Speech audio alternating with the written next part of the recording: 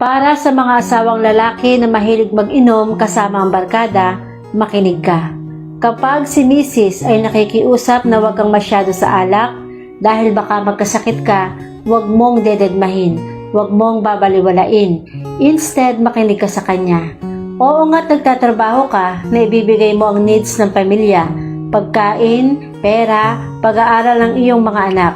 Pero paano kung sa katigasan ng ulo mo, mapahama ka sa daan dahil lasing ka? Paano kung singilin ng katawan mo ang bisyo mong sobrang minamahal mo? Lagi mong sinasabi na hihiya ka sa barkada kaya pinagbibigyan. Baka sabihin inaander ng ilaw ng tahanan. Uulitin ko, in case na magkasakit ka, paano ang mga anak mo? Paano ang asawa mo? Paano ang pamilya mo? Hindi mo pa yan maiisip dahil okay ka pa, dahil malakas ka pa. Pero huwag mo sanang kalilimutan na habang nasa barkada ka, nagiinuman, nagtatawanan, may misis na umiiyak dahil ramdam niya wala kang pakialam sa kanyang nararamdaman.